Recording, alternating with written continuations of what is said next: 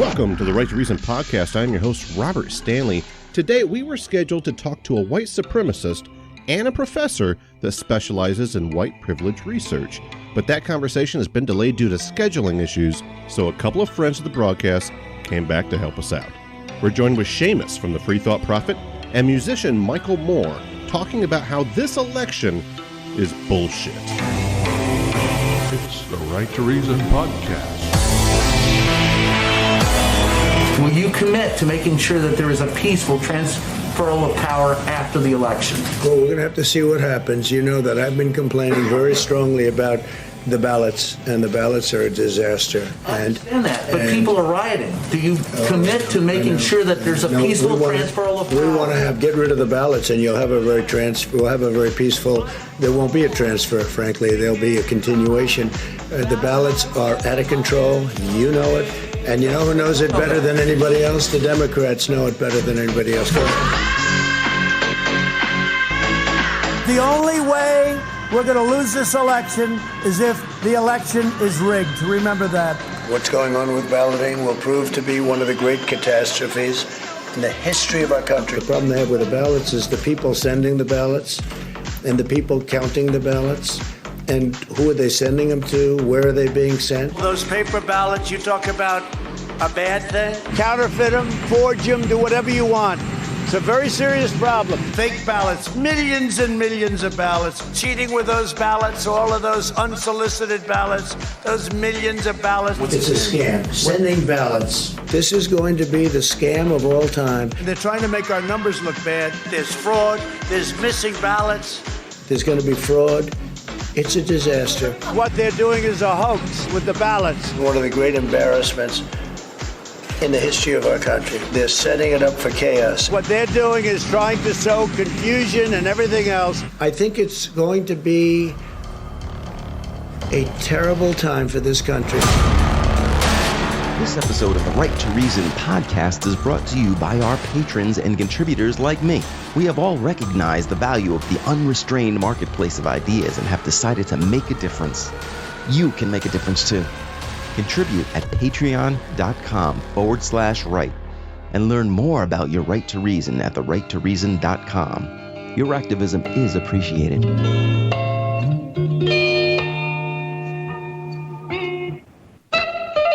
Smack it. Smack the chords. Like, hurt them, but make them feel safe. Yes. I was going to start us off by playing that clip from Joe Biden yesterday. Did you guys hear that yet? He called a bunch of military vets stupid bastards. Right.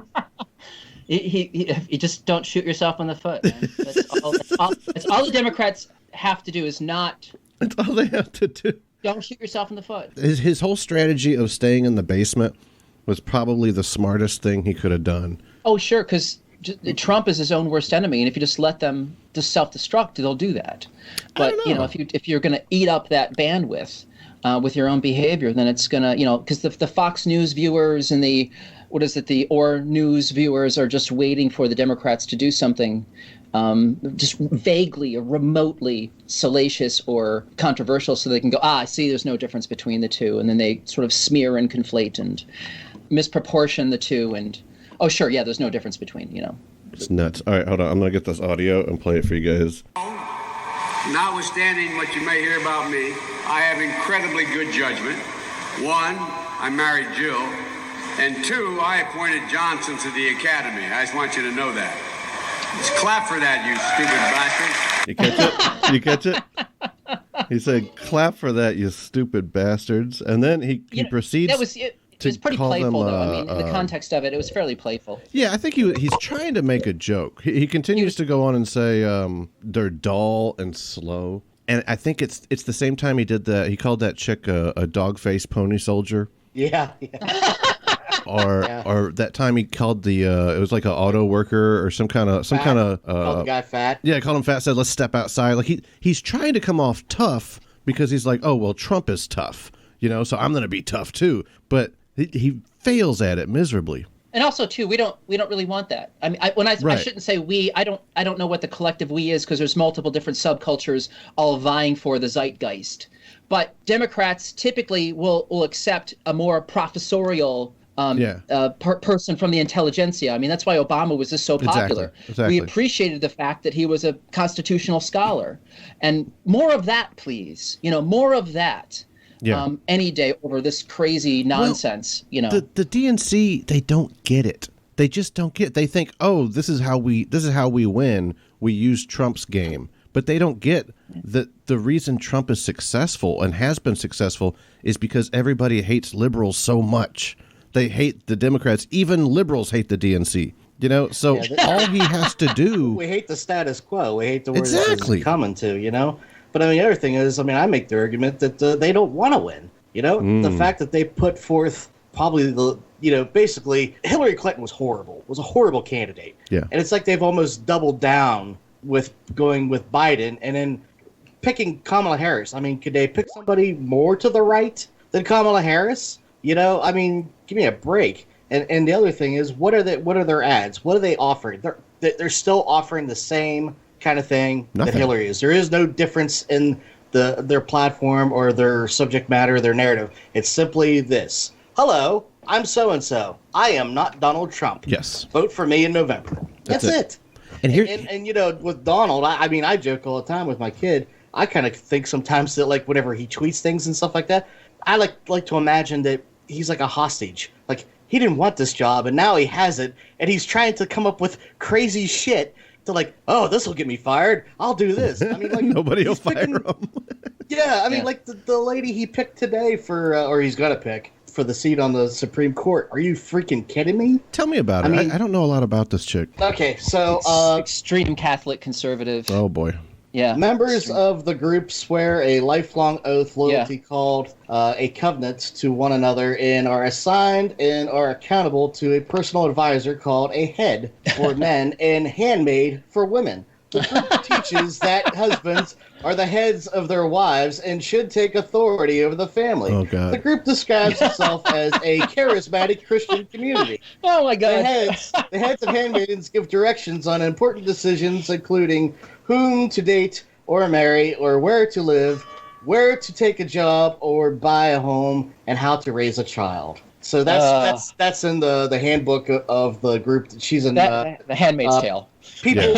People of praise. It's some sort of sect that she's been in for some time, her and her husband. So, well, could it be, you're part of this aristocracy and the legal role in your career, your whole life? You obviously want to make a lot of contacts. So maybe that's like joining the Freemasons or something. And then people are like, oh, you know what the Freemasons are all about? It's like, well, no, I'm just part of the group, because you got to be part of a group to get into politics or move my career forward, I guess I kind of take people like that at face value. So if that's what she's telling us, basically her values are, and that's why she's being picked for this role, because they want to overturn Roe v. Wade. This is the moment conservatives and Republicans have been waiting for 40, 50 years, essentially. Yeah. They don't care who Trump is. They just want those judges, those federal judges, and they want a warm body Republican with a pen in his hand that they can give him that law to pass to overturn Roe v. Wade. All right. Give us a sad song, a dirge, if you will, for the Supreme Court.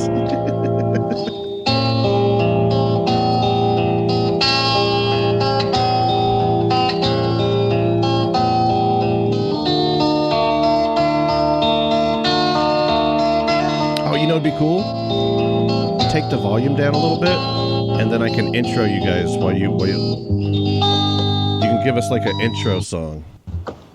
An intro song? Because I haven't told anybody who everybody is, even though all the listeners know you guys probably by your voice already. Here's your intro song. Nice. Ladies and gentlemen from Los Angeles, California. Actually, where are you from, Seamus? Seamus, where are you from? I think, aren't you like New Jersey or something? No. I'm at the very, very top, the most northern city in West Virginia. I'm 45 minutes west of Pittsburgh, about another 45 minutes east of Youngstown, Ohio. Okay. So, kind of like right in the middle there. Everybody can find the Free Thought Profit link in our show notes today. But basically, if I were to summarize it, it's a YouTube channel that you have guests on with your friend John, and you guys discuss all topics, atheism, philosophy. Actually, you've like last couple of years, you've been like 90% free speech issues. Would that be fair? Yeah. I mean, I don't know if that's like the bulk of it, but I know maybe not 90. We've been hitting. Yeah, that may be a little high, but I know we've been hitting on it a lot lately with all the wokest day nonsense kind of coming down on things. We're accused of being like right-wing extremists because we believe in free speech. It's like the most insane thing. If anybody really pays attention to our politics. And actually, tomorrow we're recording an episode with Dr. Sheldon Solomon. He's done a lot of work on Ernest Becker's death denial. Or denial of death, rather. Mm-hmm. And we're specifically going to talk about his role in the documentary Unfit, the psychology of Donald Trump. Oh, okay. Very fascinating. Yeah, so that's going to be fascinating. Yeah, we talked to him a while back about Becker, and it was great. I mean, he's just a fantastic guy. And I love the whole denial of death thing. So I'll be asking him other questions about that as well. So also joining us on the guitar, serenading the episode, is Michael Moore. He's an occupational therapist that really, how would we say it? You're like a political geek.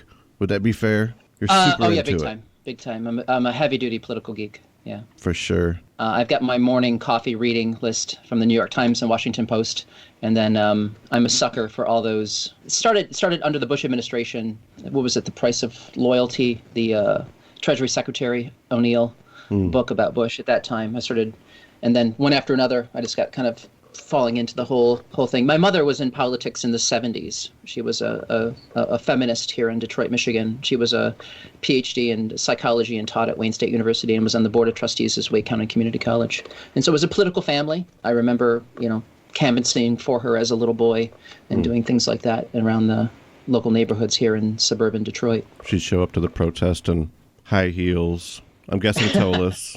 The little black line going up the bottom of the pencil skirt. She a good-looking lady, your mom? Yeah, she was, yes. Yeah. She passed away in 1979 of colon cancer. Oh. I was 9 years old at the time. She was actually running for state senate at the time. And of course that, had an obvious impact on the race. George Hart, I believe, won that year here in Michigan for state senate.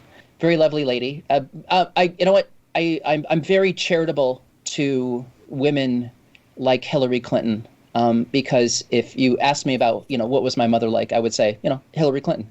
That sounds awful. I'm just kidding. What's that? I said that sounds awful. Again, it's how. But you like Hillary. You know what? I'm actually quite charitable towards her. Yeah. Because I think that she's awfully maligned on both the right and the left, and I think her true character. I don't know her personally. Yeah. But from everyone who works with her says what a stellar human being she is, and she was wonderful to work for. When she left the State Department, there's footage of this too. There was a going away party, and people were crying. I thought they were celebrating. They were celebrating, but they were literally crying. I'm relentless. Who I liked was Tulsi Gabbard. That was a tough bitch. Think what she would do with Donald Trump in a debate. She would destroy his ass. Yeah. It would be anybody really would destroy his ass. It really Hillary matters didn't. on how the theater portrays it, and how the Fox News media picks it up and plugs it and twists it around. So his 44% of the electorate buys it and believes it. I've got family members that are Trump supporters, and the stuff that comes out of their mouths makes me second guess their ability to reason, basically, or elementary. So yeah, it's bizarre. And then I question, where are you getting your news? And we go through all of this, and they're like, well, I don't have time to do that. I don't have time. Yeah. I don't need to do that. I don't trust those people. Exactly. I mean, well, to be fair, you're giving Hillary a little bit of a pass. I'll play devil's advocate and give a little bit of a pass to some of the Trump folks, because I too have family members that are still in that vacuum. I was in that vacuum as far as being, a right winger for years, and that was more, of course, tied to me being a fundamentalist Christian back in the day. But it's a bubble is the problem. We get our news in these little bubbles, these little vacuums that we've created. That if that's all you hear, that's all you're going to get. And unfortunately, for everybody, they've changed it so much. What Bill Ayers did via Rupert Murdoch was, create this sort of more of a theater, more of an entertainment business instead of actual news. And the problem is many other quote-unquote news outlets have kind of adopted the same thing. I mean, you can't take somebody seriously that listens to nothing but Fox News as well as somebody who listens to nothing but MSNBC. I mean, they're both just, complete bags of excrement propaganda. But you can tell the difference between the two. I mean, if you really had proportional reasoning, and I would agree with you, MSNBC totally gives Democrats a pass. Totally do. However, if I can think proportionally and think that, okay, me and the wife did this one night. We switched back and forth between MSNBC and Fox News, and it was two separate different universes. However, the MSNBC universe was actually reporting on the news and actually attempting to make some type of substantive synthesis of the implications of the actions of the Trump administration, where Fox News was minimizing it, deflecting, and totally outright lying. But they're criticizing the right-wing president at the time as a left-wing news outlet, whereas during the Obama administration, while Obama's... they gave him a total pass. No, they gave him a total pass. I was about to say, he was dropping drones on everybody and locking up Mexicans. But honestly, Fox News didn't really get onto him for that either. I was going to try to make the comparison, but all the news agencies gave him a pass. They did. Because again, it's almost more important to watch what they both, and not just them, but also CNN, don't report on. I mean, think about we went from 2 wars to now being in, 7 under Obama. He expanded to 7 theaters of war. Now, I believe we're in 8 with Trump. But why isn't it all over the news? It's not. I mean, if they wanted to get rid of Trump, that would be another thing that they could be, nonstop, every day, we're losing troops here, or we're engaging in this where civilians have been destroyed, and, things like that. They don't bring it up because it's been done under Obama for years, And again, a lot of these things that they accuse Trump. Well, Maddow last week went on about, just remember in November, look at these pictures of these poor children in cages. Think of these kids in cages whenever you go to vote. All those pictures was from an article during the Obama years. So the same thing has happened. It's like the same thing out there in Portland. The reason, the ability that Trump has to send those federal agents to do those things was all under actions that Obama signed. I mean, this is done throughout history. And I would actually argue that the networks are farther to the right than they are the left. I mean, the people who created MSNBC were right wingers. It's the media is privately owned, for-profit corporate media. Mm-hmm. They reflect a sensationalism to get viewers, to get clicks, to get all of that, and it reflects the need for advertisement and a revenue stream. It's infotainment. They want to sell you Lexus and BMWs and Fritos and Viagra and allergy medication in the breaks. So that's what it's for. I don't know, you guys. Are you guys hip to Democracy Now? Oh, I love it. Well, yeah, exactly. Exactly. I've backed off of it a little because I felt like they got Trump derangement syndrome. And it's like Apocalypse Now. Every day is just exactly. It's not that their reporting has gone sour in any way that I would criticize them in that sense, but they used to be this anti-war movement. It was more than just a news outlet. It was like they were affecting change, and then it was like that Eye of Sauron kind of just like the flame of it like scans away from like all these other atrocities in the world and just focuses on Orange Man bad. And I get he sucks. He's really bad. Like you guys were just talking about the Supreme Court justice appointment. We're in trouble. But that was my problem with Democracy Now. Yeah, you know what? Yeah, I feel the same way. I mean, I would tune in, and I think I would last about 10, 15 minutes, and I would need a break. I mean, like, I need a break from this. Yes. It was this oppressive. It just came at you. Where it's if I can read it, I can at least begin to synthesize things and put it in sort of a perspective, and sort of digest it and internalize it, and and so my wife asked, "What's wrong?" And I'd be like, "Well, I just read this horrible article." And who else got Trump derangement syndrome is The Independent, a more right-wing newspaper, but they got it. And I think whenever people refer to Trump derangement syndrome, they're always referring to the snowflake left, right?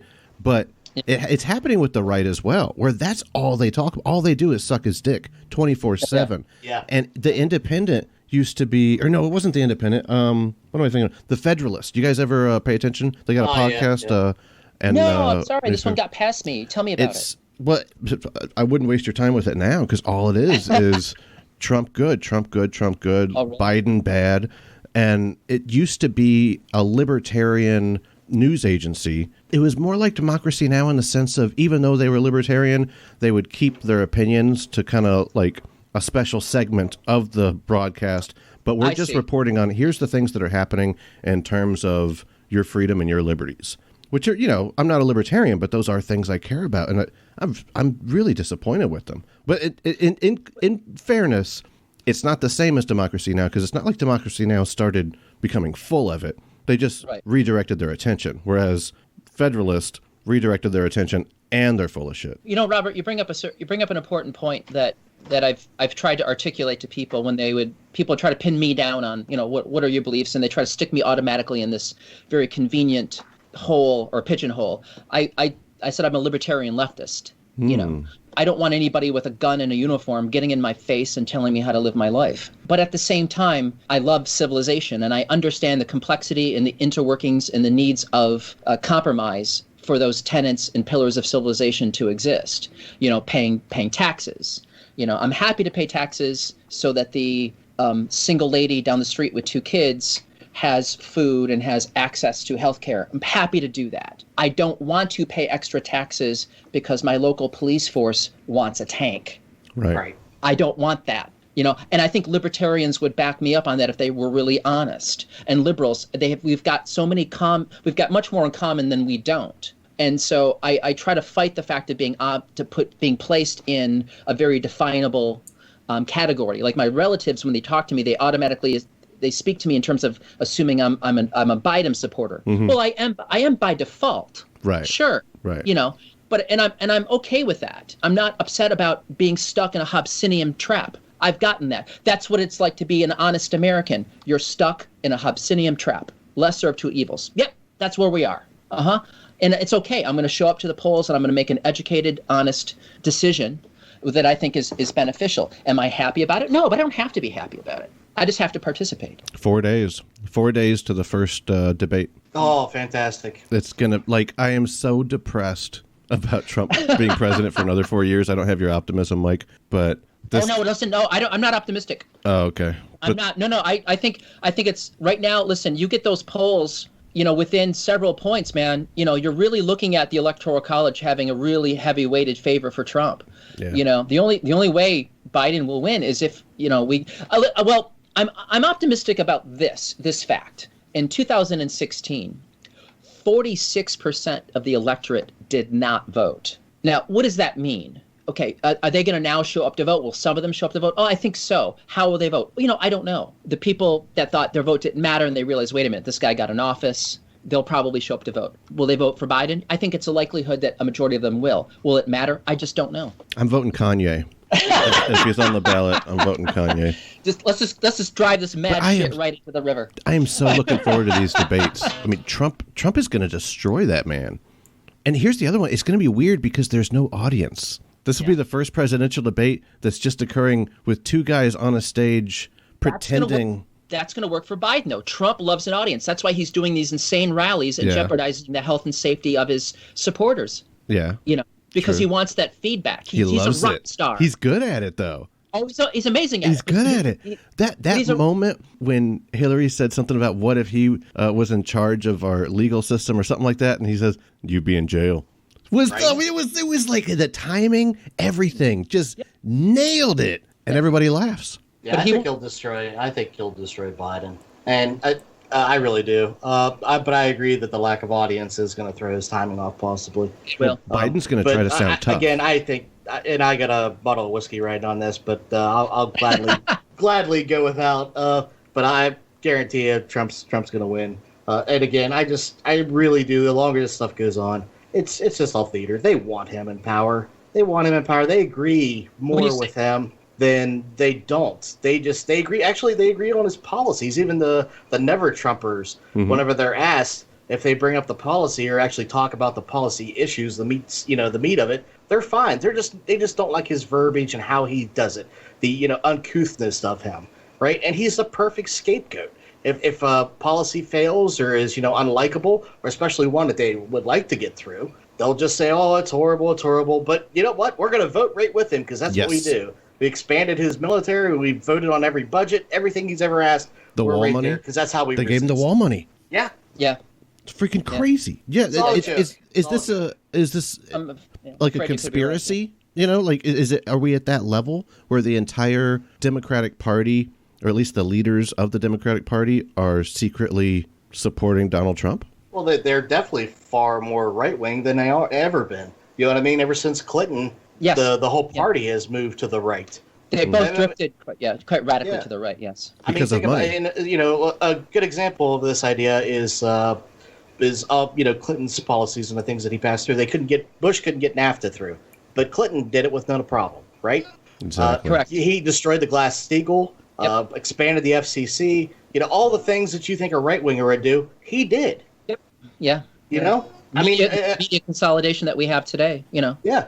And we talked about Obama before. I read some of the policies and stuff that he did out loud to a family member that was just an absolute I hate Obama, he's trash. And I was like, well, how about all these things? But I didn't tell him who it was, and he's like, oh, I'm all for that. And I was like, do you realize Obama did that? Yeah. And their mind was blown. Well, yeah, because most people are sucked into this tribalist cult of personality. Yep. And they're not even thinking rationally about what they truly believe in. Again, other people have said this, and I'm parroting the words of smarter people than myself. But we're this funny chimpanzee that's evolved only to deal with about 30 or 40 people face to face, and then if we have to extrapolate out larger than that into larger groups of people and populations, we really can't fathom that. We just really can't comprehend that. And so we fall prey to being hacked by these very tribalist tendencies, and then our psychology is overtaken by those types of trends and forces. So and when I talk to my relatives, I truly see that in their eyes. They've enrolled, they've been indoctrinated into this group, and it gives them a sense of purpose and being. And if you try to have a conversation with these people about this, I'm talking about the real Trumper people. They get angry with you. I was talking just like your scenario. I was talking to my family, and I say, what could he do that would actually make you not support him anymore? And then right then one of them goes, "Do you love America?" And I'm like, what? It's my sister. She says, "Do you?" That's all I want to know. Do you love America? Yes or no? And I said, well, when I use the word love, I don't think of it in terms of like patriotism in the same way that you might be and right there. So you don't love America. You don't love America. And I'm just like, I can't even talk to you people. It's impossible. You know what, Robert? Really want to mess with them? Say, what do you mean by America? There you go. What do you mean by that? Yeah. What are you referring to? Because I don't know what they're talking about. Toby Keith and apple pie, you son of a bitch. You know exactly what it is. That's my patriotism. I just remember he was on the Colbert Report, and he was such a, can I say asshole? He was such an asshole. Yeah, I just remember him saying, I'm not going to apologize for my patriotism. And I was just like, oh my God. Play a Toby Keith song, Michael. I don't know any. I'm not a country person. I'm this hippie prog rock dude from the 70s. Do you know you got War Pigs? Can you do the intro to War Pigs?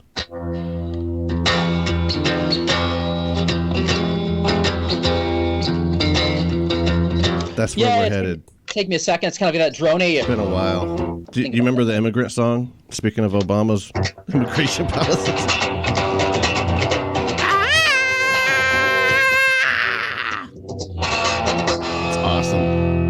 Man, it's too bad you didn't have your guitar with you.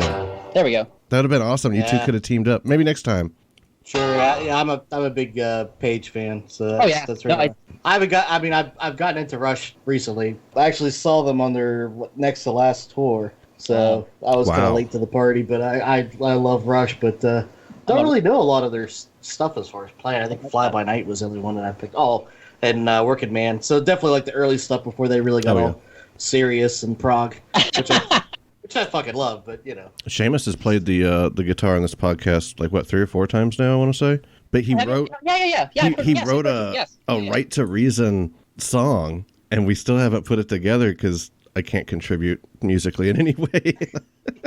I was supposed to come up with some lyrics for it, but I never did. Well, I could find somebody to sing it if you don't want to. It's up to you. That'd be a good idea. That'd be a good idea. That's all other. I really appreciate the convo. I appreciate being serenaded. My pleasure. I guess in the end, we just gotta wait and see what happens. It looks like things are probably going to get worse. Is that fair to say?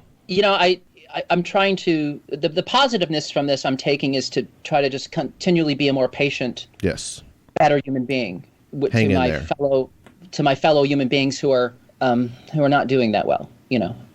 Both emotionally, mentally, financially, health-wise, and try to be more charitable and understanding, even when they cannot. Goddamn hippie. Yes. You guys have an awesome day. Hey, play us out, man. Play us out with something badass.